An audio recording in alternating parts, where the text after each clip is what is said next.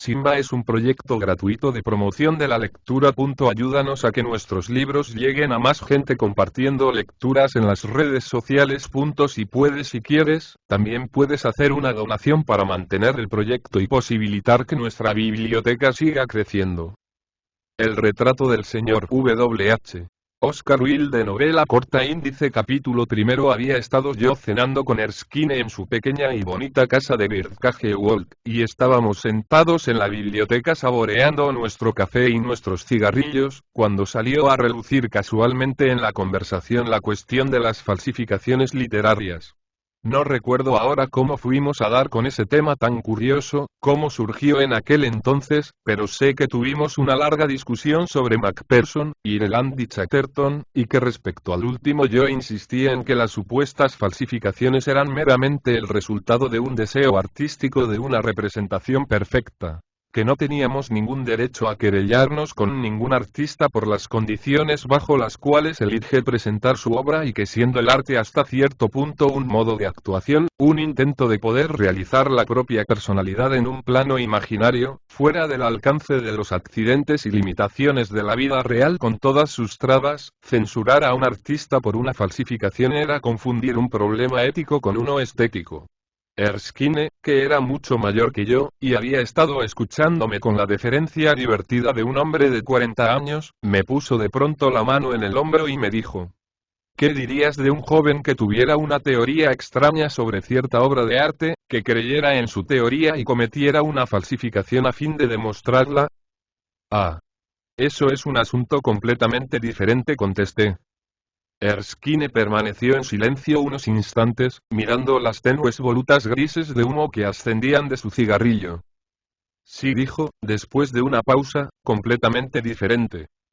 Había algo en su tono de voz, un ligero toque de amargura quizá, que excitó mi curiosidad. ¿Has conocido alguna vez a alguien que hubiera hecho eso? Le pregunté. Sí, respondió, arrojando su cigarrillo al fuego, un gran amigo mío, Kirill Graham. Era absolutamente fascinante, y muy necio y muy cruel. Sin embargo, me dejó el único legado que he recibido en mi vida. ¿Qué era? Exclamé. Erskine se levantó de su asiento, y yendo a un alto armario de taracea que estaba entre las dos ventanas, lo abrió, y volvió a donde yo estaba sentado, sosteniendo en la mano una pequeña pintura en tabla, montada en un viejo marco isabelino bastante deslustrado. Era un retrato de cuerpo entero de un joven vestido con un traje de finales del siglo XV, en pie junto a una mesa, con la mano derecha descansando en un libro abierto. Parecía de unos 17 años y era de una belleza absolutamente extraordinaria, aunque evidentemente algo afeminada. En verdad, de no haber sido por la ropa y por el cabello, cortado muy corto, se hubiera dicho que aquel rostro, con sus melancólicos ojos soñadores y sus delicados labios escarlata, era el rostro de una muchacha. En el estilo, y especialmente en el tratamiento de las manos, el retrato recordaba una de las obras tardías de Francois Clouet. El jubón de terciopelo negro, con sus adornos fantásticamente dorados, y el fondo azul pavo real que le realzaba tan gratamente y le prestaba un valor cromático tan luminoso, eran completamente del estilo de Clouet. Y las dos máscaras de la tragedia y de la comedia, colgadas bastante ceremoniosamente en el pedestal de mármol, tenían ese toque de inflexible severidad tan diferente de la gracia ligera de los italianos que ni siquiera en la corte de Francia perdió nunca el gran maestro flamenco, y que en sí misma ha sido siempre una característica del temperamento nórdico. «Es encantador», exclamé. Pero ¿quién es este joven sorprendente, cuya belleza ha preservado para nosotros tan felizmente el arte? Es el retrato de Mr. W.H., dijo Erskine con una triste sonrisa.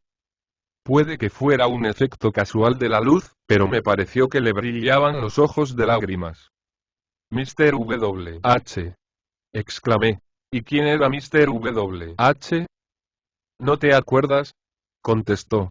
Mira el libro sobre el que descansa su mano. Veo que hay algo escrito en él, pero no puedo descifrarlo, repliqué. Toma esta lupa e inténtalo, dijo Erskine, con la misma sonrisa triste jugueteándole todavía en torno a su boca. Cogí la lupa y, acercando un poco la lámpara, empecé a deletrear la apretada escritura del siglo XV, al único progenitor de los sonetos que aquí se publican. Cielo santo. exclamé, ¿es este el Mr. W.H. de Shakespeare? Eso es lo que solía decir Kirill Graham, musitó Erskine. Pero no se parece en nada a Lord Pembroke, respondí yo. Conozco muy bien los retratos de Penshurst. Me alojé muy cerca de allí hace unas semanas. ¿Crees de verdad que los sonetos están dirigidos a Lord Pembroke? Preguntó. Estoy seguro de ello, repliqué. Pembroke, Shakespeare y Mistress Mary Ficton son los tres personajes de los sonetos. No cabe duda alguna respecto a eso. Bien, yo estoy de acuerdo contigo, dijo Erskine, pero no siempre he pensado así. Hubo un tiempo en que creía, bueno, supongo que creía, en Kirill Graham y en su teoría. ¿Y qué teoría es esa? Pregunté, mirando el admirable retrato, que ya había comenzado a ejercer una extraña fascinación sobre mí.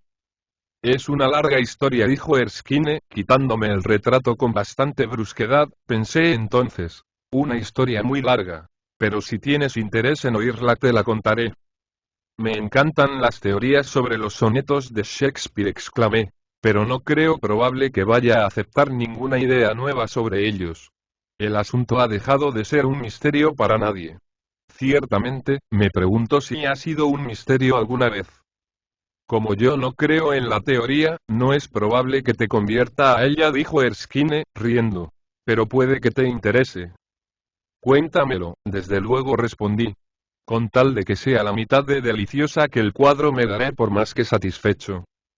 Pues bien, dijo Erskine, encendiendo un cigarrillo, debo empezar por hablarte del propio Kirill Graham. Él y yo vivíamos en el mismo edificio en Eton. Yo era 1 año o 2 mayor que él, pero éramos grandes amigos, y juntos hacíamos todo el trabajo y juntos jugábamos. Había, por supuesto, mucho más juego que trabajo, pero no puedo decir que lo lamente. Siempre es una ventaja no haber recibido una sólida educación comercial, y lo que yo aprendí en los campos de deporte de Eton me ha sido tan útil como lo que me enseñaron en Cambridge. He de decirte que habían muerto los padres de Kirill, los dos. Se habían ahogado en un terrible accidente de yate frente a las costas de la isla de Wight. Su padre había pertenecido al cuerpo diplomático, y se había casado con una hija, la única hija, en realidad, del anciano Lord Crediton, que se convirtió en tutor de Kirill a la muerte de sus padres. No creo que Lord Crediton se preocupara mucho de Kirill. Realmente, nunca había perdonado a su hija que se casara con un hombre sin título nobiliario. Él era un viejo aristócrata extraordinario, que juraba como un vendedor ambulante y tenía los modales de un granjero. Recuerdo haberle visto un día de apertura del Parlamento. Me gruñó, me dio 1 libra de oro y me dijo que no me convirtiera en un condenado radical como mi padre. Kirill le tenía muy poco cariño, y se alegraba mucho de pasar la mayor parte de sus vacaciones con nosotros en Escocia. En verdad, nunca se llevaron bien. Kirill pensaba que su abuelo era un oso, y él creía que Kirill era afeminado. Era afeminado, supongo yo, en algunos aspectos, aunque era muy buen jinete y magnífico en esgrima. De hecho, consiguió en esto los primeros premios antes de dejar Eton. Pero tenía ademanes muy lánguidos, estaba un poco orgulloso de ser bien parecido y ponía fuertes objeciones al fútbol. Las dos cosas que le daban verdadero placer eran la poesía y el actuar en representaciones teatrales.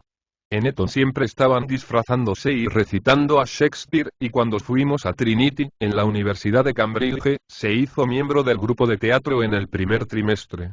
Recuerdo que yo estaba siempre muy celoso de sus representaciones. Le tenía una devoción absurda. Supongo que por lo diferentes que éramos en algunas cosas. Yo era un muchacho desmañado y enclenque, de pies enormes y horriblemente pecoso. Las pecas se propagan en las familias escocesas lo mismo que la gota en las familias inglesas. Kirill solía decir que entre las dos prefería la gota. Pero es que siempre otorgaba un valor absurdamente alto a la apariencia personal, y una vez leyó una comunicación en nuestro círculo de retórica para demostrar que era mejor ser hermoso que ser bueno. Ciertamente, él tenía una belleza admirable. La gente a quien no le gustaba, personas hipócritas y tutores de la universidad, y los jóvenes que se preparaban para clérigos, solían decir que era meramente guapo. Pero había mucho más en su rostro que un mero atractivo. Creo que era la criatura más espléndida que he visto en mi vida, y nada podría sobrepasar la gracia de sus movimientos, el encanto de sus modales. Fascinaba a todo el mundo a quien valía la pena fascinar, y a muchísimos que no la valía. Frecuentemente era voluntarioso y petulante, y yo solía pensar que era terriblemente poco sincero. Creo que se debía principalmente a su desmesurado deseo de agradar. Pobre Kirill. Le dije una vez que se contentaba con triunfos de poca monta, pero lo único que hizo fue reírse. Estaba horriblemente consentido. Toda la gente encantadora, me imagino, está consentida. Ese es el secreto de su atractivo. Pero he de hablarte de la clase de actuaciones teatrales de Kirill. Ya sabes que no se permite en las agrupaciones teatrales de aficionados que actúen actrices. Al menos no se permitía en mis tiempos, no sé lo que ocurre ahora. Pues bien, desde luego Kirill siempre figuraba en los papeles de muchachas, y cuando se representó como Gustéis hizo el papel de Rosalinda. Fue una maravillosa interpretación. De hecho, Kirill Graham ha sido la única Rosalinda perfecta que he visto en mi vida. Sería imposible describirte la belleza, la delicadeza, el refinamiento de toda la actuación. Causó una sensación inmensa, y el teatrillo horrible, como era entonces, se abarrotaba cada tarde. Incluso ahora, cuando leo la obra no puedo por menos de pensar en Kirill. Podía haber sido escrita para él. Al trimestre siguiente se graduó y vino a Londres a estudiar para entrar en el cuerpo diplomático. Pero nunca trabajó nada. Se pasaba el día leyendo los sonetos de Shakespeare y las tardes en el teatro. Estaba, por supuesto, loco por subir al escenario, pero Lord Crediton y yo hicimos todo lo que pudimos para impedírselo. ¿Acaso si hubiera sido actor estaría vivo ahora? Siempre es necio dar consejos, pero dar un buen consejo es absolutamente fatal. Espero que no caigas tú nunca en ese error. Si lo haces, lo lamentarás. Bueno, para ir al grano de la historia, un día recibí una carta de Kirill, pidiéndome que fuera a verle a su apartamento aquella tarde. Tenía un apartamento muy bonito en Piccadilly, con vistas a Green Park, y como yo solía ir a verle todos los días me sorprendió bastante que se tomara la molestia de escribirme. Fui, desde luego, y cuando llegué le encontré en un estado de gran excitación. Me dijo que al fin había descubierto el verdadero secreto de los sonetos de Shakespeare. Que todos los eruditos y críticos habían estado en una dirección enteramente equivocada, y que él era el primero que, trabajando puramente por evidencia interna, había averiguado quién era realmente Mr. W.H. Estaba completamente loco de placer, y durante un largo rato no quiso decirme su teoría. Por fin, sacó un montón de notas, cogió su libro de los sonetos de encima de la repisa de la chimenea, se sentó, y me dio una larga conferencia sobre todo el tema. Empezó señalando que el joven a quien Shakespeare dirigió estos poemas extrañamente apasionados debió haber sido alguien que fuera realmente un factor vital en el desarrollo de su arte dramático, y que esto no podía decirse ni de Lord Pembroke ni de Lord Southampton. A decir verdad, quienquiera que fuera no podía haber sido nadie de alta cuna, como se muestra claramente en el soneto XXV, en el que Shakespeare se pone a sí mismo en contraste con los que son favoritos de los grandes príncipes. Dice en él con franqueza: aquellos que su estrella favorece alardeen de títulos y honores, que yo, a quien veda el sino triunfo tal, no busqué el gozo en lo que más honré. Y termina el soneto congratulándose por la condición humilde del que tanto adoraba. Feliz pues yo, que a mí soy amado, no puedo no mudar ni ser mudado. Este soneto, declaró Kirill, sería completamente ininteligible si nos imagináramos que estuviera dirigido al conde de Pembroke o al de Southampton, que eran, los dos, hombres de la más alta posición en Inglaterra y con títulos suficientes para que se les llamara grandes príncipes. Y corroborando su punto de vista me leyó los sonetos XXV, en los que Shakespeare nos dice que su amor no es hijo del Estado, que no sufre en pompa risueña, sino que fue formado lejos de accidente. Yo escuchaba con mucho interés, pues no creo que se hubiera sostenido ese punto de vista antes. Pero lo que siguió era todavía más curioso, y me pareció entonces que descartaba enteramente a Pembroke. Sabemos por Meres que los sonetos se habían escrito antes de 1598, y el soneto Thief nos informa que la amistad de Shakespeare por Mr. W.H. hacía 3 años que existía. Ahora bien, Lord Pembroke, que nació en 1580, no vino a Londres hasta que no tenía 18 años, es decir, hasta 1598, y la relación de Shakespeare con Mr. W.H. debía haber comenzado en 1594, o como muy tarde en 1595. De acuerdo con esto, Shakespeare no pudo conocer a Lord Pembroke hasta después de haber escrito los sonetos. Contenido, y teniendo en cuenta que en la poesía inglesa, en general, el ritmo es más esencial que la rima. La forma de los sonetos de Shakespeare que lleva su nombre, si bien no la introdujo él, no es la tradicional de Petrarca, sino que se compone de 3 cuartetos, con rima independiente cada uno, y un pareado. Kirill señaló también que el padre de Pembroke no murió hasta 1601. Mientras que por el verso tuviste un padre, dígalo tu hijo, era evidente que el padre de Mr. W.H. no vivía en 1598. Además, era absurdo imaginar que cualquier editor de la época, y el prefacio es de mano del editor, se hubiera aventurado a dirigirse a William Herbert, conde de Pembroke, como Mr. W.H.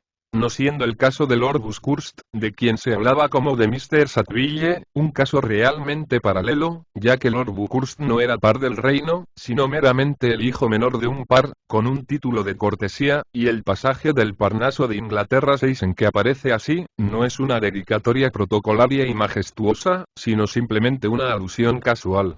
Todo eso en lo referente a Lord Pembroke, del que Kirill demolió fácilmente las supuestas pretensiones, mientras yo seguía sentado lleno de asombro.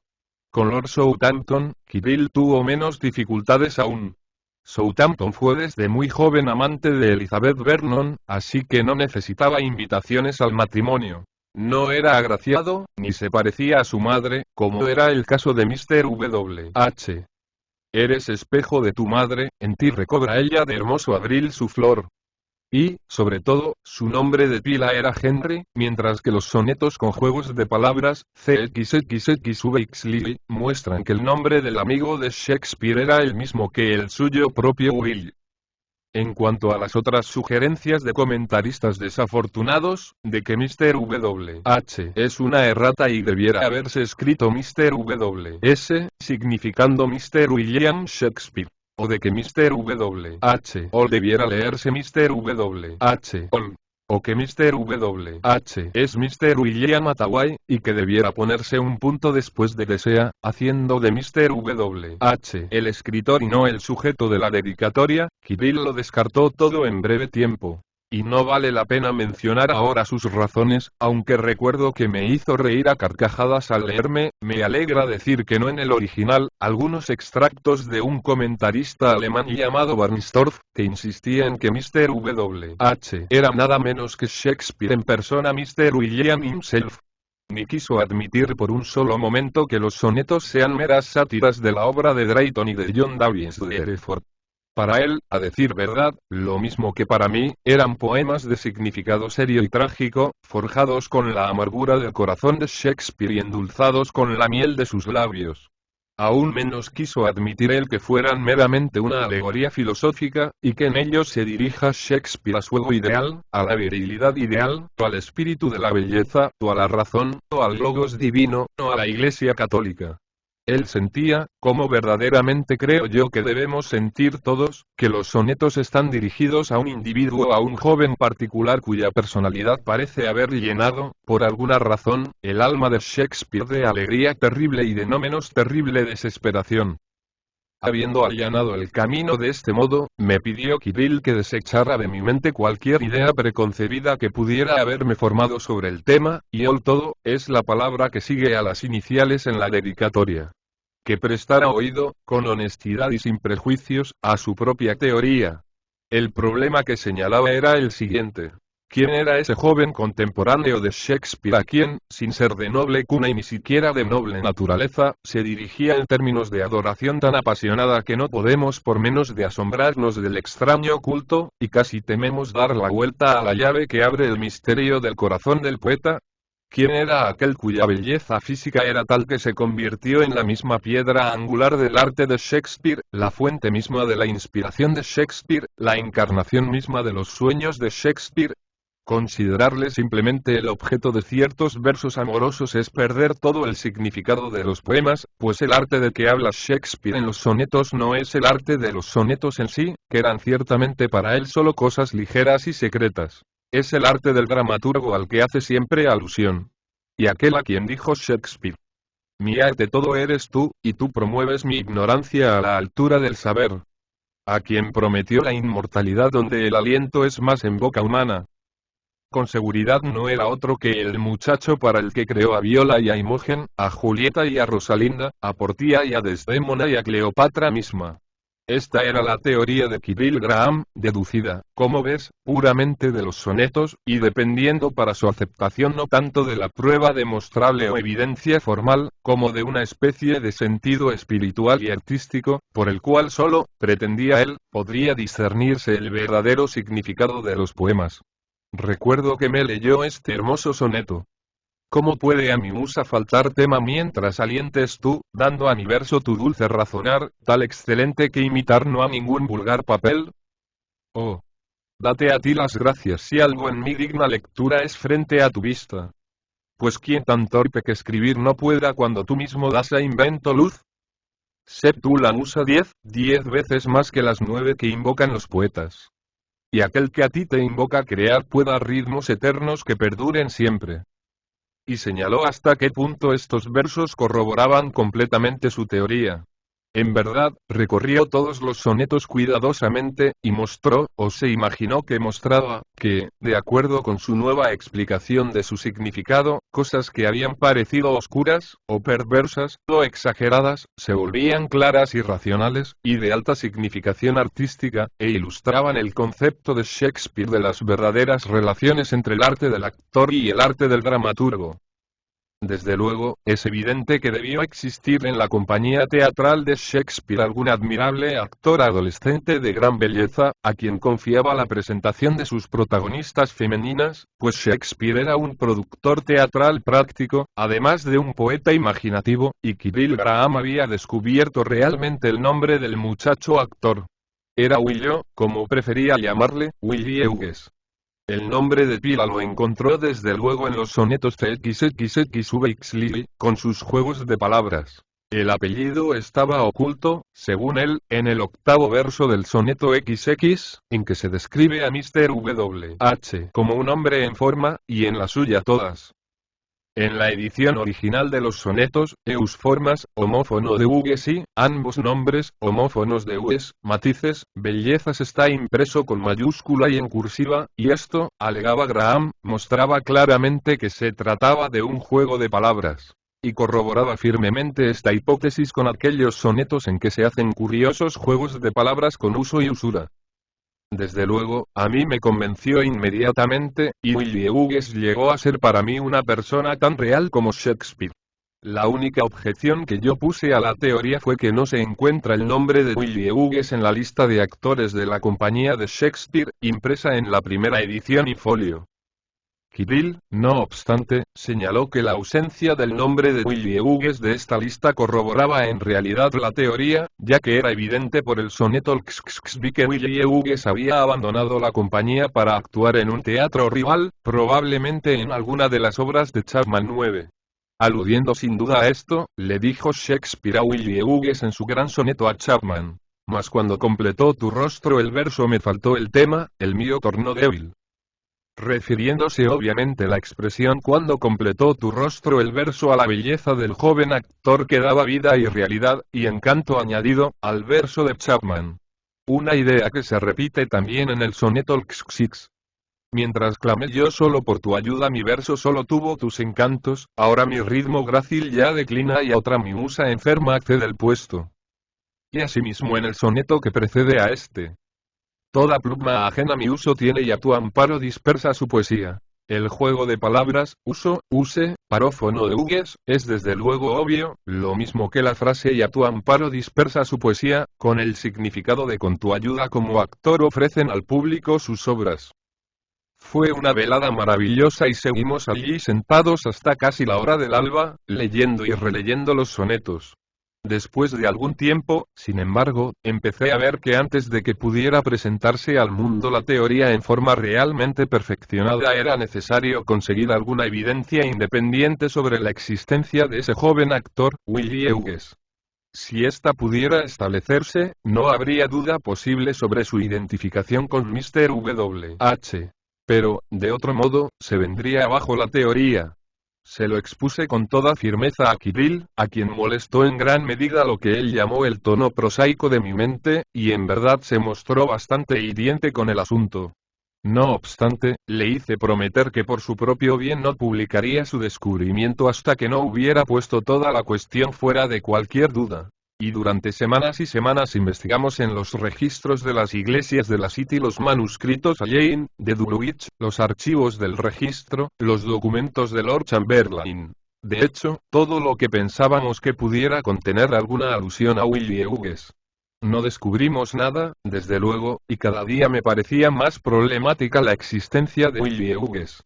Kirill estaba en un estado de ánimo terrible, y solía insistir en toda la cuestión día tras día, suplicándome que lo creyera. Pero yo veía el fallo de la teoría, y me negaba a dejarme convencer hasta que se hubiera puesto más allá de toda duda o toda crítica la existencia real de Willie Hughes. Un día, Kirill se fue de la ciudad para reunirse con su abuelo, pensé yo entonces, pero luego supe por Lord Crediton que no fuese el caso. Y aproximadamente 15 días después recibí un telegrama suyo, expedido en Warwick, en el que me pedía que fuera a cenar con él sin falta aquella tarde a las 8. Cuando llegué me dijo: el único apóstol que no se merecía una prueba era Santo Tomás, y Santo Tomás fue el único apóstol que la tuvo. Le pregunté a qué se refería, y me contestó que había podido no solo establecer la existencia en el siglo XVL de un muchacho actor llamado Willie Hughes, sino probar con la evidencia más concluyente que era él el Mr. W.H. de los sonetos.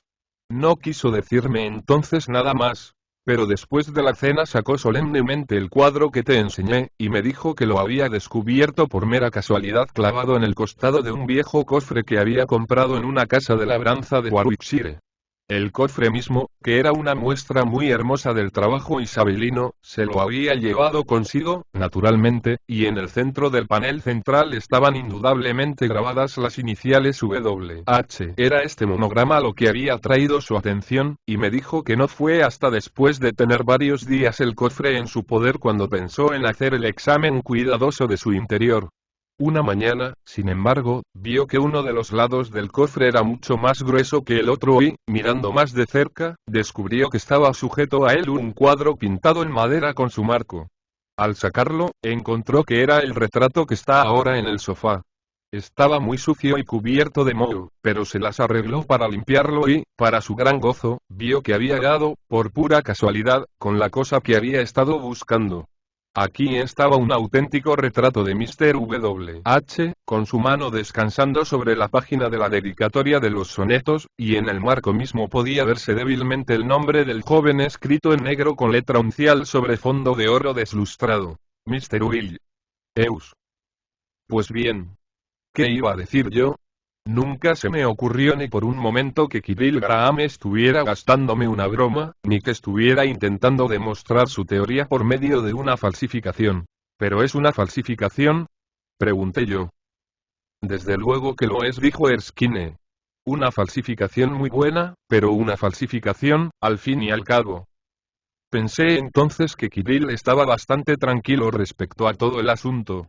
Pero me acordé de que una vez me había dicho que él no necesitaba pruebas de ninguna clase, y que creía que la teoría estaba completa sin ellas. Yo me reí de él y le dije que sin ellas la teoría se vendría abajo, y le felicité calurosamente por el maravilloso descubrimiento. Luego convinimos que el retrato debía reproducirse en aguafuerte o en facsímil, y ponerse como cubierta en la edición de Kirill de los sonetos. Y durante 3 meses no hicimos otra cosa que repasar cada poema verso a verso, hasta que hubimos resuelto todas las dificultades de texto o de significado. Un día malhadado, estaba yo en una tienda de grabados de Holborn cuando vi sobre el mostrador unos dibujos a punta seca extremadamente bellos. Me atrajeron tanto que los compré. Y el dueño del negocio, un hombre llamado Rawlings, me dijo que eran obra de un joven pintor que se llamaba Edward Merton, que era muy hábil, pero tan pobre como un ratón de iglesia. Fui a ver a Merton unos días después, habiendo conseguido su dirección por el vendedor de grabados, y me encontré con un joven pálido, interesante, con una esposa de aspecto bastante vulgar su modelo, supe después. Le dije cuánto admiraba sus dibujos, a lo que pareció muy complacido, y le pregunté si querría enseñarme algo del resto de su obra. Cuando estábamos examinando una carpeta llena de cosas realmente hermosas, pues Merton tenía un toque delicado y delicioso, me fijé de pronto en un dibujo del retrato de Mr. W.H. No había duda alguna sobre ello. Era casi un facsímil, siendo la única diferencia que las dos máscaras de la tragedia y la comedia no colgaban de la mesa de mármol, como en el cuadro, sino que yacían en el suelo a los pies del joven. ¿Dónde demonios consiguió usted eso? Dije. Él se quedó bastante confuso, y dijo: Oh, eso no es nada. No sabía que estaba en esta carpeta. No es cosa que valga nada. Es lo que hiciste para Mr. Kirill Graham, exclamó su mujer. Y si este señor desea comprarlo, déjale que lo adquiera. ¿Para Mr. Kirill Graham? Repetí yo. ¿Pintó usted el retrato de Mr. W.H.? No entiendo lo que usted quiere decir, replicó él, poniéndose muy colorado. Bueno, todo el asunto fue realmente terrible. La mujer lo soltó todo. Yo le di 5 libras cuando me marché. No puedo soportar el pensar en ello ahora, pero, desde luego, estaba furioso. Me fui inmediatamente al apartamento de Kirill, y esperé allí 3 horas antes de que volviera él a casa, con la horrible mentira mirándome a la cara, y le dije que había descubierto su falsificación. Se puso muy pálido y dijo: Lo hice solo por ti. Tú no querías dejarte convencer de ningún otro modo. Eso no afecta a la verdad de la teoría. La verdad de la teoría, exclamé. Cuanto menos hablemos de ello, tanto mejor. Tú mismo no creíste nunca en ella. Si hubieras creído, no habrías cometido una falsificación para probarlo. Cruzamos palabras fuertes, y tuvimos una tremenda discusión. Supongo que fui injusto. A la mañana siguiente estaba muerto. Muerto. Exclamé. Sí. Se disparó un tiro con un revólver. Algo de sangre salpicó el marco del cuadro, exactamente en el sitio en que se había pintado el nombre. Cuando yo llegué, su criado había enviado a buscarme inmediatamente, ya estaba allí la policía. Había dejado una carta para mí, escrita evidentemente en la mayor agitación y agotamiento mental. ¿Qué ponía? Pregunté. Oh, que creía absolutamente en Willie Hughes. Que la falsificación del retrato la había hecho simplemente haciéndome una concesión y que no invalidaba en lo más mínimo la verdad de la teoría, y que, a fin de probarme que firme e inquebrantable era su fe en todo el asunto, iba a ofrecer su vida en sacrificio al secreto de los sonetos. Era una carta necia y demencial. Recuerdo que terminaba diciendo que me confiaba la teoría de Willie Hughes, y que me tocaba a mí presentarla al mundo y desvelar el secreto del corazón de Shakespeare. Es una historia la mar de trágica, exclamé, pero, ¿por qué no realizaste sus deseos? Erskine se encogió de hombros. Porque es una teoría completamente errónea, desde el principio al fin, respondió. Mi querido Erskine, dije, levantándome de mi asiento, estás enteramente equivocado respecto a todo ello. Es la única clave perfecta a los sonetos de Shakespeare que se ha hecho. Está completa en todos sus detalles. Yo creo en Willie Hughes. No digas eso, dijo Erskine gravemente.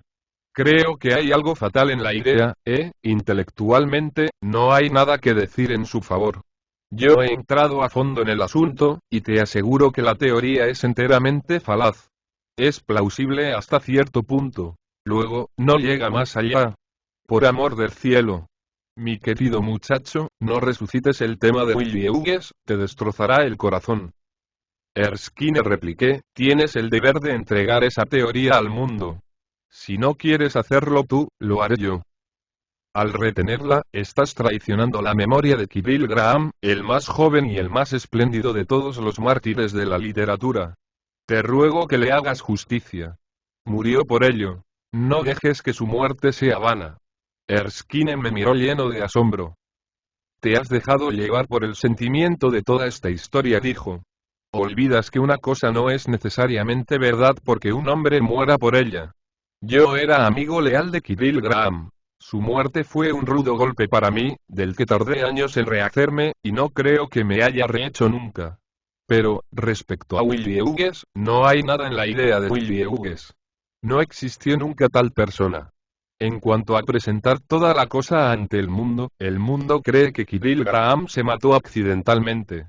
La única prueba de su suicidio estaba en el contenido de la carta que me escribió, y de esta carta el público nunca ha tenido noticia. Hasta hoy Lord Crediton piensa que la cosa fue un accidente. Kirill Graham sacrificó su vida por una gran idea, respondí. Y si tú no quieres hablar de su martirio, habla al menos de su fe. Su fe, dijo Erskine, se adhirió a algo que era falso, a algo que era erróneo, a algo que ningún especialista shakespeariano aceptaría ni por un instante. Se reirían de la teoría. No hagas el ridículo, ni sigas una pista que no lleva a ninguna parte. Empiezas por asumir la existencia de la persona misma cuya existencia es lo que hay que probar. Además, todo el mundo sabe que los sonetos se dirigieron a Lord Pembroke. La cuestión quedó zanjada una vez por todas. La cuestión no está zanjada, exclamé. Tomaré la teoría donde Kirill Graham la dejó, y demostraré al mundo que él tenía razón. Necio muchacho, dijo Erskine. Vete a casa. Son más de las 2, y no pienses más en Willie Hughes. Siento el haberte hablado de ello, y lamento muchísimo ciertamente el haberte convertido a una cosa en la que yo no creo. Tú me has dado la clave del mayor misterio de la literatura moderna, repliqué. Y no descansaré hasta que no te haya hecho reconocer, hasta que no haya hecho que todo el mundo reconozca, que Kirill Graham fue el más sutil de los críticos de Shakespeare de nuestro tiempo. Cuando iba de camino a casa atravesando St. James Park, rompía el alba sobre Londres. Los blancos cisnes yacían dormidos en el lago bruñido, y el adusto palacio parecía de púrpura recortado en el cielo verde pálido. Pensé en Kirill Graham, y mis ojos se llenaron de lágrimas. Capítulo segundo. Eran más de las 12 cuando me desperté, y el sol entraba a través de las cortinas de mi habitación con largos rayos oblicuos de polvo de oro. Dije a mi sirviente que no estaría en casa para nadie. Y, después de haber tomado una taza de chocolate y un petit pain, bajé del estante mi libro de los sonetos, de Shakespeare, y me puse a repasarlos cuidadosamente. Cada poema me parecía que corroboraba la teoría de Kirill Graham. Sentía como si tuviera mi mano sobre el corazón de Shakespeare y contara, uno a uno, cada latido y cada pulso de pasión. Pensaba en el maravilloso muchacho actor, y veía su rostro en cada verso. 2 sonetos, recuerdo, me impresionaron particularmente. Eran el Lear y el Xby. En el primero de ellos, Shakespeare, cumplimentando a Willie Hughes por la versatilidad de su actuación en una amplia gama de papeles, una gama que se extiende de Rosalinda a Julieta, y de Beatriz a Ofelia, le dice: ¿Cuál tu sustancia es? ¿De qué estás hecho? ¿Qué millones de extrañas sombras tienes? Pues una sombra tiene cada uno, solo uno, tú, puedes prestarlas todas. Versos que serían ininteligibles si no estuvieran dirigidos a un actor, pues la palabra sombra shadow tenía en los días de Shakespeare un significado técnico relacionado con la escena. Los mejores de esta especie no son sino sombras, dice Teseo hablando de los actores en El sueño de una noche de verano, y hay muchas alusiones similares en la literatura de la época. Estos sonetos pertenecían evidentemente a la serie en la que Shakespeare trata de la naturaleza del arte del actor y del temperamento extraño y poco común esencial para el perfecto intérprete del teatro. ¿Cómo es posible, dice Shakespeare a Willie Hughes, que tengas tantas personalidades? Y sigue luego señalando que su belleza es tal, que parece materializar cada una de las formas y de las fases de la fantasía, encarnar cada sueño de la imaginación creativa, una idea que Shakespeare desarrolla más en el soneto inmediatamente siguiente, en el que, empezando con el fino pensamiento, oh, cuán más bella la beldad parece con ese dulce adorno de verdad, nos invita a que nos demos cuenta de cómo la verdad de la actuación en el teatro, la verdad de la presentación visible en el escenario, añade maravilla a la poesía, dando vida a su belleza y verdadera realidad a su forma ideal. Y, sin embargo, en el soneto Lxby, Shakespeare ruega a Willie Hughes que abandone la escena, con lo que tiene de artificiosa, de falsa vida mímica de rostro maquillado y traje irreal, de influencias y sugerencias inmorales, de alejamiento del mundo verdadero de acciones nobles y palabras sinceras. Ah. ¿Por qué vivir corrupto debería, y ornar con su presencia la impiedad, que esa culpa con él ventaja hubiera hiciera un lazo con su sociedad? ¿Por qué falsa pintura sus mejillas imitaría muerta el tono vivo? ¿Por qué pobre belleza buscaría rosas de sombra, pues su rosa es real? Puede parecer extraño que un dramaturgo tan grande como Shakespeare, que llevaba a cabo su perfección como artista y su realización humana como hombre en el plano ideal de escribir para el teatro y actuar en el escenario, escribiera sobre el teatro en estos términos. Pero debemos recordar que en los sonetos CXY nos muestra Shakespeare que estaba cansado en exceso del mundo de los títeres, y lleno de vergüenza por haberse hecho un payaso a los ojos de los demás. El soneto Xy es especialmente amargo. Oh. Por mi bien reprende a la fortuna la diosa mala de mis hechos ruines, que no mejores medios dio a mi vida que públicos con públicos modales. Mi nombre pues recibe así un estigma, y es mi naturaleza sometida a su quehacer, mano de tintorero. Tenme piedad, y ojalá yo cambiara. Hay muchas indicaciones en otros pasajes del mismo sentimiento, signos familiares a todos los verdaderos estudiosos de Shakespeare. Un punto me dejó inmensamente perplejo según iba leyendo los sonetos, y tardé días en dar con la verdadera interpretación. Algo que parece, en verdad, que se le escapó al mismo Kirill Graham. No podía entender cómo Shakespeare daba tan alto valor a que su joven amigo se casara. Él mismo se había casado joven, y el resultado había sido desdichado. No era, pues, probable que pidiera a Willie Hughes que cometiera el mismo error. El intérprete adolescente de Rosalinda no tenía nada que ganar con el matrimonio, ni con las pasiones de la vida real. Los primeros sonetos, con sus extrañas incitaciones a la paternidad, me parecían una nota discordante. La explicación del misterio me vino de pronto, y la encontré en la curiosa dedicatoria. Se recordará que esa dedicatoria es como sigue. Al único progenitor de estos sonetos que ven la luz Mr. W.H. Toda dicha y esa eternidad prometida por nuestro poeta inmortal desea el bien intencionado que se aventura a editarlos T.T. Algunos estudiosos han supuesto que la palabra progenitor de esta dedicatoria se refiere simplemente al que procuró los sonetos a Thomas Thorpe, el editor. Pero este punto de vista se ha desechado ahora generalmente, y las más altas autoridades en la materia están completamente de acuerdo en que deben tomarse en el sentido de inspirador, estando extraída la metáfora de la analogía con la vida física. Ahora bien, vi que esa metáfora era usada por el mismo Shakespeare a lo largo de todos los poemas, y esto me puso en la buena pista. Finalmente, hice mi gran descubrimiento. Los esponsales que Shakespeare propone a Willie Hughes son los esponsales con su musa, expresión que queda definitivamente establecida en el soneto Lxxxi, en que, con amargura de su corazón por la defección del muchacho actor para quien había escrito sus papeles más excelsos, y cuya belleza los había ciertamente sugerido, abre su queja diciendo: no estuvieras casado con mi musa. Los hijos que le pide que engendre no son hijos de carne y hueso, sino hijos inmortales de fama imperecedera. El ciclo entero de los primeros sonetos es simplemente la invitación de Shakespeare a Willie Hughes de que suba al escenario y se haga actor. Qué estéril y sin provecho, dice, es esta belleza tuya si no se le da un uso. Cuando 40 inviernos tu cabeza cerquen, cavando arrugas en tu campo, la bella ropa de tu juventud será hierba en jirones sin valor. Do yace tu belleza al preguntarte, do todos los tesoros de otros días, dirás del fondo hundido de tus ojos. Fueron voraz vergüenza y loa pródiga. Debes crear algo en el arte, dice el poeta. Mi verso es tuyo, y nacido de ti. Escúchame tan solo, y yo daré a luz ritmos eternos que sobrevivirán durante largo tiempo, y tú poblarás con formas de tu propia imagen el mundo imaginario de la escena.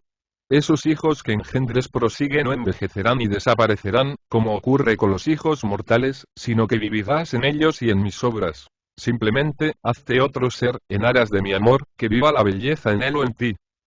Recogí todos los pasajes que me pareció que corroboraban esta hipótesis y me produjeron una fuerte impresión, y me mostraron hasta qué punto era realmente completa la teoría de Kirill Graham.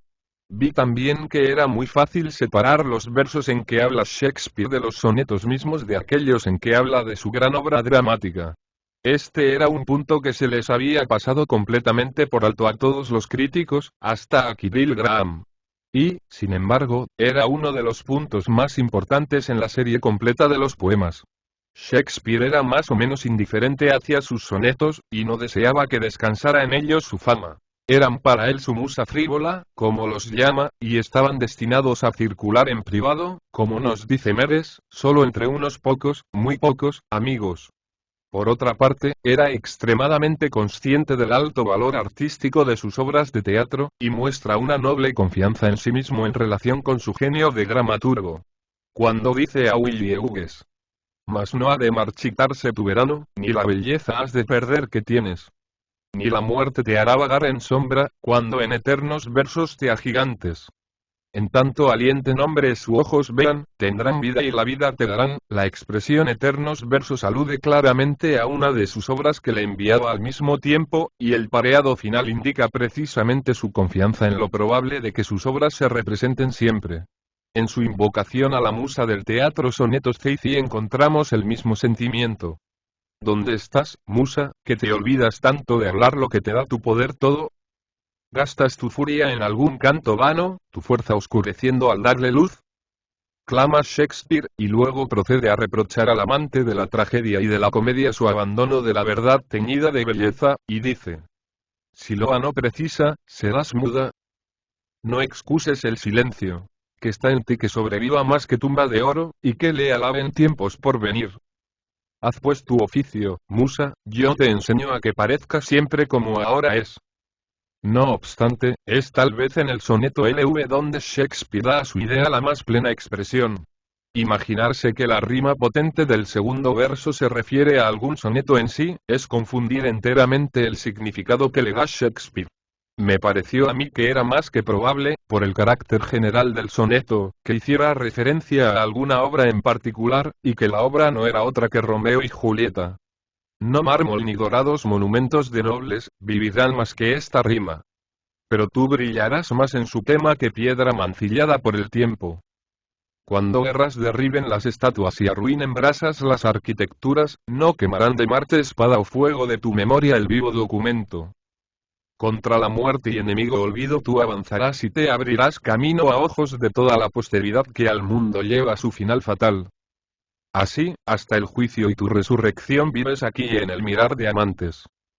Era también extremadamente sugerente el darse cuenta de cómo aquí, lo mismo que en otros pasajes, Shakespeare prometía a Willie Hughes la inmortalidad de un modo en que apelaba a los ojos de los hombres, es decir, en forma de espectáculo, en una obra teatral que debía contemplarse.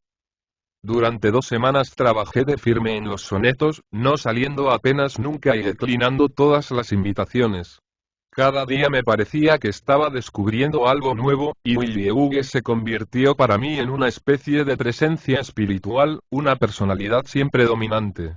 Casi podía imaginarme que le veía de pie, en el espacio en sombra de mi habitación también le había trazado Shakespeare, con sus cabellos dorados, su tierna gracia, semejante a la de una flor, sus ojos soñadores profundamente hundidos, sus delicados miembros flexibles y sus blancas manos de azucena.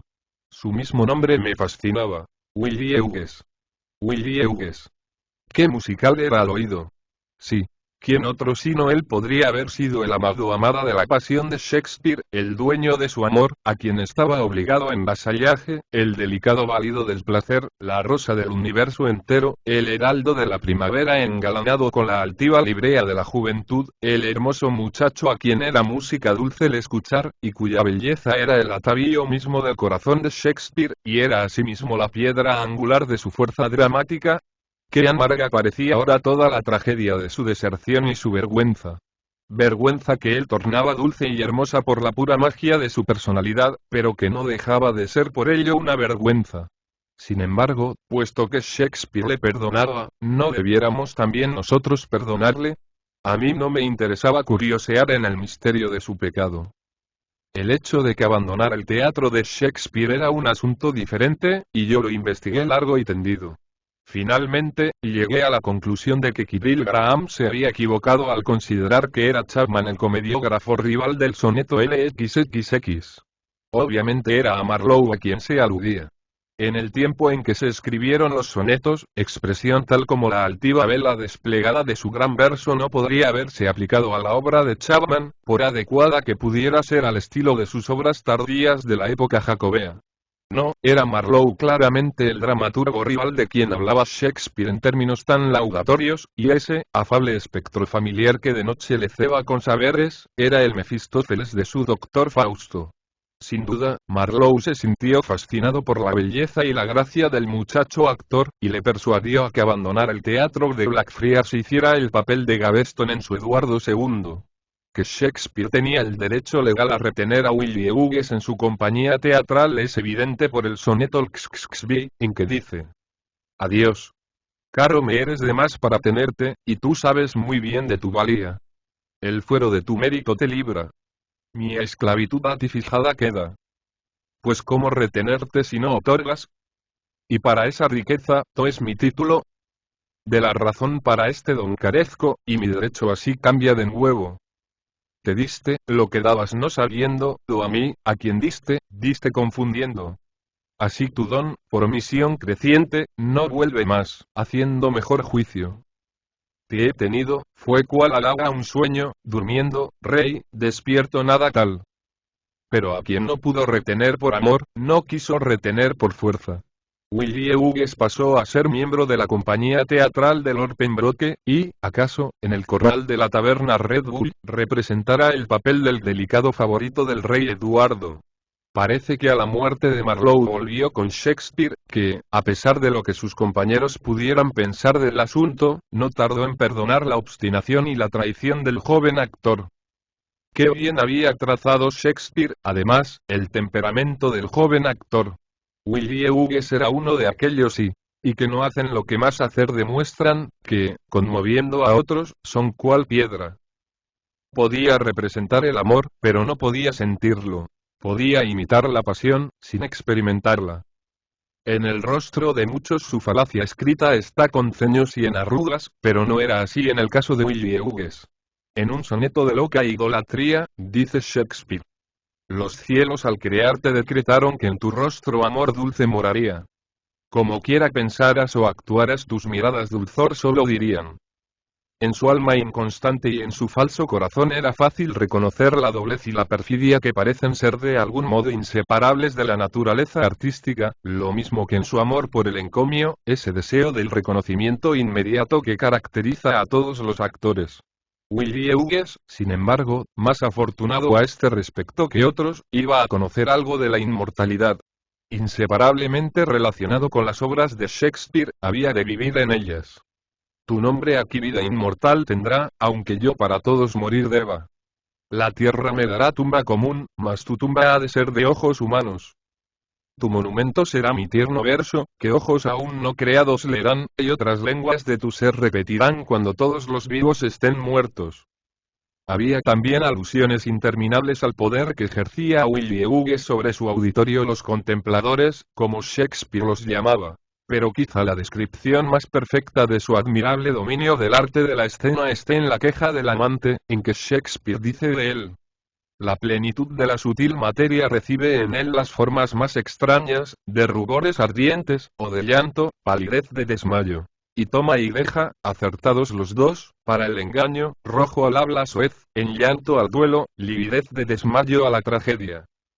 Así en la punta de su lengua altiva todo argumento e interrogante hondos, toda réplica pronta y razón fuerte, a su elección durmieron, despertaron, para que el triste ría y llore el riente.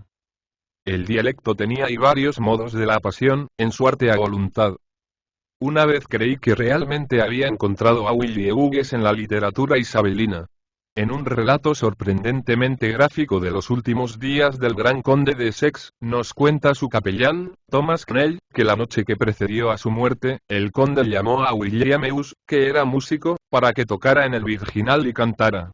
Toca, dijo, mi canción, Willeus, y yo la cantaré por lo bajo. Así lo hizo, con el mayor gozo, no como el cisne que lanza un alarido y que, bajando la mirada, gime porque ha llegado su fin, sino que, como una dulce alondra, levantando las manos a su Dios y fijando en él los ojos, remontó así el firmamento de cristal y alcanzó con su lengua no abatida lo más alto de los altos cielos.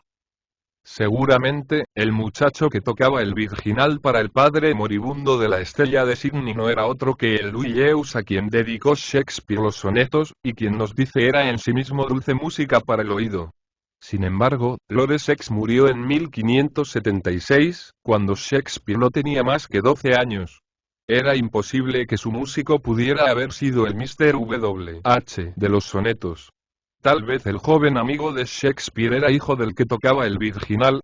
Al menos algo era el haber descubierto que Willeus era un nombre isabelino. En verdad, parece que el nombre Eus había estado muy relacionado con la música y el teatro. La primera actriz inglesa fue la bella Margaret Eus, a quien amó tan locamente el príncipe Rupert. ¿Qué más probable que entre ella y el músico de Lord Essex hubiera estado el muchacho actor de las obras de Shakespeare? Pero las pruebas, los eslabones, ¿dónde estaban? Ahí. No pude encontrarlos.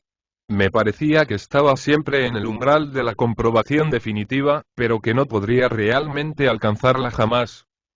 De la vida de Willeus pasé pronto a pensamientos sobre su muerte.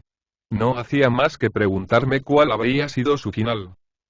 Tal vez había sido uno de aquellos actores ingleses que en 1604 cruzaron el mar y se fueron a Alemania, y actuaron ante el gran duque Heinrich Julius von Brunswick, el mismo dramaturgo de no poco valor, y en la corte de aquel extraño elector de Brandeburgo, que estaba tan prendado de la belleza que se dice que compró, por su peso en ámbar, al joven hijo de un mercader ambulante griego, y que ofreció cabalgatas con representaciones públicas en honor de su esclavo a lo largo de todo aquel año de hambre terrible que duró de 1606 a 1607, cuando la gente se moría de inanición en las calles mismas de la ciudad y no había llovido por el espacio de 7 meses. Sabemos, en todo caso, que Romeo y Julieta se representó en Dresde en 1613, junto con Hamlet y el Rey Lear, y seguramente no sería a ningún otro más que a Willeus a quien se le entregó en 1616 la mascarilla de Shakespeare, llevada en propia mano por uno de los agregados del embajador británico. Pálida prenda de la muerte del poeta que tan tiernamente le había querido. Verdaderamente hubiera habido algo peculiarmente adecuado en la idea de que el muchacho actor, cuya belleza había sido un elemento tan vital en lo realista y en lo poético del arte de Shakespeare, hubiera sido el primero en haber llevado a Alemania la semilla de la nueva cultura, y fuera, de este modo, el precursor de aquella Aufklärung, o iluminación, del siglo XV, ese espléndido movimiento que, aunque iniciado por Lessing y Herder y llevado a su plena y feliz consecución por Goethe, fue en no pequeña medida sostenido por otro actor, Friedrich Schroeder, que despertó la conciencia popular y, por medio de las pasiones ficticias y de las técnicas miméticas de la escena, mostró la conexión íntima y vital entre vida y literatura. Si esto hubiera sido así y no había ciertamente evidencia alguna en contra, no sería improbable que Willeus hubiera sido uno de aquellos comediantes ingleses, mima equidam ex Britannia, como los llama la vieja crónica, que mataron en Nuremberg en una repentina revuelta popular, y fueron enterrados en secreto, en una pequeña viña de las afueras de la ciudad, por algunos jóvenes que habían encontrado placer en sus representaciones, y algunos de entre los cuales habían intentado que les instruyeran en los misterios del nuevo arte. Ciertamente, ningún lugar podría haber sido más adecuado para aquel a quien Shakespeare dijo: mi arte todo eres tú, que esa pequeña viña de extramuros. Pues no fue de las desdichas de Dionisos de donde brotó la tragedia, y no se oyó por primera vez la risa ligera de la comedia, con su alborozo despreocupado y sus prontas réplicas, en los labios de los viñadores sicilianos. Más aún, no fue la púrpura y el tinte rojo de la espuma del vino en el rostro y en los miembros la primera sugerencia del encanto y de la fascinación del disfraz, el deseo de ocultamiento de uno mismo, mostrándose así el sentido del valor de la objetividad en los comienzos rudos del arte. En cualquier caso, dondequiera que yaciera, fuera en la pequeña viña a las puertas de la ciudad gótica, o en algún sombrío camposanto de Londres, en medio del estrépito y el bullicio de nuestra gran ciudad, ningún monumento magnífico señaló su lugar de descanso. Su verdadera tumba, como vio Shakespeare, fueron los versos del poeta. Su verdadero mausoleo, la permanencia del teatro. Así había ocurrido con otros cuya belleza había dado un nuevo impulso creador a su época. El cuerpo marfileño del esclavo bitinio se pudre en el cieno verde del Nilo, y está esparcido en los collados amarillos del cerámico el polvo del joven ateniense. Pero vive Antino en la escultura y Cármides en la filosofía. Capítulo 3. Al cabo de 3 semanas, decidí dirigir un firme ruego a Erskine de que hiciera justicia a la memoria de Kirill Graham y que diera al mundo su maravillosa interpretación de los sonetos, la única interpretación que explicaba enteramente el problema. No conservo copia de mi carta, lamento decirlo, ni he podido echar mano del original. Pero recuerdo que revisé todos los puntos y llené cuartillas con una reiteración apasionada de los argumentos y de las pruebas que me había sugerido mi estudio. Me parecía que no estaba tan solo colocando a Kirill Graham en el lugar que le correspondía en la historia literaria, sino que estaba rescatando el honor de Shakespeare mismo del aburrido recuerdo de una vulgar intriga. Vertí en la carta todo mi entusiasmo, vertí en la carta toda mi fe. De hecho, apenas la había enviado, cuando se produjo en mí una curiosa reacción. Me parecía como si hubiera entregado mi capacidad de creencia en la teoría Willie Hughes de los sonetos, como si algo hubiera salido de mí, por decirlo de algún modo, y yo me hubiera quedado completamente indiferente a todo el asunto. ¿Qué había ocurrido? Es difícil de decir. Tal vez, al encontrar expresión perfecta para mi pasión, había agotado la pasión misma. Las fuerzas emocionales, como las fuerzas de la vida física, tienen sus limitaciones positivas. ¿Acaso el mero esfuerzo de convertir a alguien a una teoría implica alguna forma de renuncia a la fuerza de la creencia? Quizá estaba simplemente harto de toda la cuestión y, habiéndose consumido mi entusiasmo, se quedó mi razón a solas con su propio juicio desapasionado. Como quiera que sucediera, el hecho es que indudablemente, y no puedo pretender explicarlo, Willie Hughes fue para mí de pronto un simple mito, un vano sueño, la fantasía juvenil de un muchacho que, como la mayoría de los espíritus ardientes, estaba más ansioso por convencer a los demás que por dejarse convencer él mismo. Como había dicho a Erskine en mi carta cosas muy injustas y amargas, decidí ir a verle enseguida y disculparme ante él por mi comportamiento. Así, a la mañana siguiente me dirigí a Birdcage Walk, y encontré a Erskine sentado en su biblioteca, con el falso retrato de Willie Hughes delante de él. Mi querido Erskine, exclamé, he venido a pedirte disculpas. ¿A pedirme disculpas? Dijo. ¿Por qué? Por mi carta, repliqué. No tienes por qué lamentar nada de tu carta, dijo. Al contrario, me has hecho el mayor favor que podías hacerme. Me has demostrado que la teoría de Kirill Graham es perfectamente sólida. ¿No me estarás diciendo que crees en Willie Hughes? Exclamé. ¿Por qué no? Replicó. Tú me has demostrado la cuestión. ¿Crees que no sé estimar el valor de la evidencia?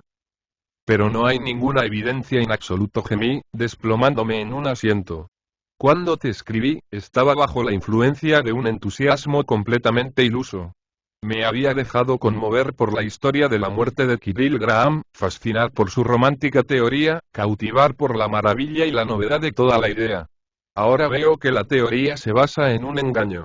La única evidencia de la existencia de Willie Hughes es este cuadro que tienes ante ti, y el retrato es una falsificación. No te dejes llevar por puro sentimiento en este asunto. Cualquiera que sea lo que tenga que decir la invención respecto a la teoría de Willie Hughes, la razón queda fuera de juego frente a ella. No te entiendo, dijo Erskine, mirándome con asombro. ¿Cómo? Tú mismo me has convencido con tu carta de que Willie Hughes es una absoluta realidad. ¿Por qué has cambiado de opinión? ¿Y, cero, es que todo lo que has estado diciéndome es simplemente una broma? No podría explicártelo, repliqué, pero ahora me doy cuenta de que no hay nada que decir en favor de la interpretación de Kirill Graham. Los sonetos están dirigidos a Lord Pembroke. Por amor del cielo, no malgastes el tiempo en un intento insensato de descubrir a un joven actor isabelino que nunca existió y de hacer de un títere fantasma al centro del gran ciclo de los sonetos de Shakespeare. Ya veo que no comprendes la teoría, replicó. Mi querido Erskine, exclamé, que no la entiendo. ¿Cómo? Si me da la sensación de que la he inventado yo. Ciertamente, mi carta te demuestra que no solo me metí en todo el asunto, sino que presenté toda clase de pruebas. El único fallo de la teoría es que da por supuesta la existencia de la persona cuya existencia es el tema de la argumentación. Si admitimos que hubo en la compañía de Shakespeare un joven actor con el nombre de Willie Hughes, no es difícil hacer de él el objeto de los sonetos. Pero como sabemos que no hubo ningún actor con ese nombre en la compañía del Teatro del Globo, es vano llevar la investigación más adelante. Pero eso es exactamente lo que no sabemos, dijo Erskine. Es muy cierto que su nombre no figura en la lista que se da en la primera edición y folio. Pero, como Kirill señaló, eso es una prueba más bien a favor de la existencia de Willie Hughes que en contra suya, si recordamos su traicionera deserción de Shakespeare por un dramaturgo rival. Discutimos la cuestión durante horas, pero nada que pudiera decir yo hizo que Erskine quebrantara su fe en la interpretación de Kirill Graham. Me dijo que tenía la intención de dedicar su vida a probar la teoría, y que estaba decidido a hacer justicia a la memoria de Kirill Graham. Yo le supliqué, me reí de él, le rogué, pero fue inútil. Finalmente, nos separamos, no exactamente enfadados, pero ciertamente con una sombra entre nosotros. Él me tuvo por superficial, yo le tuve por iluso. Cuando le volví a visitar, su criado me dijo que se había marchado a Alemania. 2 años después, al entrar yo en mi club, me entregó el conserje una carta con sello extranjero. Era de Erskine, y estaba escrita en el Hotel d'Angleterre de Cannes. Cuando la hube leído me llené de horror, aunque no me terminaba de creer que estuviera tan loco como para llevar a cabo su resolución. En esencia, la carta decía que había tratado por todos los medios de comprobar la teoría de Willie Hughes, y había fallado, y que, como Kirill Graham había dado la vida por esta teoría, él mismo había decidido dar la vida también por la misma causa. El final de la carta era el siguiente. Todavía creo en Willie Hughes, y para cuando recibas esta carta habré muerto por mi propia mano en aras de Willie Hughes. Por él, y por Kirill Graham, a quien llevé a la muerte por mi frívolo escepticismo y mi ignorante falta de fe. La verdad te fue revelada una vez, y tú la rechazaste. Ahora vuelve a ti teñida con la sangre de 2 vidas, no le des la espalda. Fueron unos momentos horribles. Me sentí enfermo de tristeza, y a pesar de todo no podía creerlo.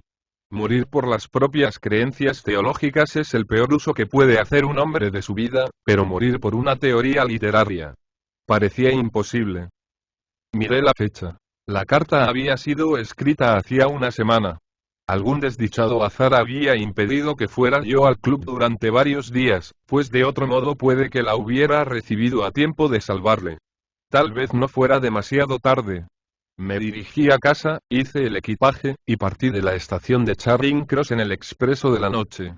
El viaje fue inaguantable. Pensaba que nunca llegaría. En cuanto llegué, me dirigí en coche al Hotel d'Angleterre. Me dijeron que Erskine había sido enterrado 2 días antes en el cementerio de los ingleses. Había algo horrible, grotesco, en torno a toda la tragedia. Dije cosas frenéticas de todas clases, y la gente del vestíbulo me miraba con curiosidad. De pronto, atravesó el vestíbulo Lady Erskine, de luto riguroso. Cuando me vio, se acercó a mí, musitó algo sobre su pobre hijo y se deshizo en lágrimas. Yo la llevé a su salón. Allí la esperaba un señor mayor. Era el médico inglés. Hablamos mucho de Erskine, pero yo no dije nada sobre su motivo para suicidarse. Era evidente que no le había dicho nada a su madre sobre la razón que le había llevado a un acto tan funesto, tan demencial. Finalmente, Lady Erskine se levantó y dijo: George te ha dejado algo como recuerdo, es una cosa que tenía en gran estima. Te lo iré a buscar. Apenas hubo salido de la habitación, me volví al médico y dije: ¿Qué golpe tan terrible debe haber sido para Lady Erskine? Me admira que lo lleve así de bien. Oh. Sabía desde hacía meses que esto tenía que ocurrir, respondió. ¿Que lo sabía desde hacía meses? Exclamé. ¿Pero por qué no se lo impidió? ¿Por qué no hizo que le vigilaran? Debía de estar loco. El médico me miró de hito en hito. No sé lo que quiere usted decir, dijo. Bueno, exclamé, si una madre sabe que su hijo se va a suicidar. Suicidar. Respondió. El pobre Erskine no se suicidó. Murió de tuberculosis. Vino aquí a morir. Desde el momento en que le vi supe que no había ninguna esperanza. Tenía un pulmón casi deshecho, y el otro estaba muy afectado. 3 días antes de morir me preguntó si había alguna esperanza. Le dije con toda franqueza que no había ninguna, y que solo le quedaban unos días de vida. Escribió algunas cartas, y tuvo la mayor resignación, conservando el conocimiento hasta el final. En ese momento entró Lady Erskine con el fatal retrato de Willie Hughes en la mano. Cuando Georges estaba muriendo me pidió que te diera esto, dijo. Al cogérselo, rodaron sus lágrimas sobre mi mano. El cuadro está ahora colgado en mi biblioteca, donde es muy admirado por aquellos de mis amigos que tienen gustos artísticos. Han decidido que no es un Clouet, sino un Aubry. Yo nunca me he preocupado de contarles su verdadera historia. Pero a veces, cuando lo miro, pienso que hay realmente mucho que decir a favor de la teoría de Willie Hughes de los sonetos de Shakespeare.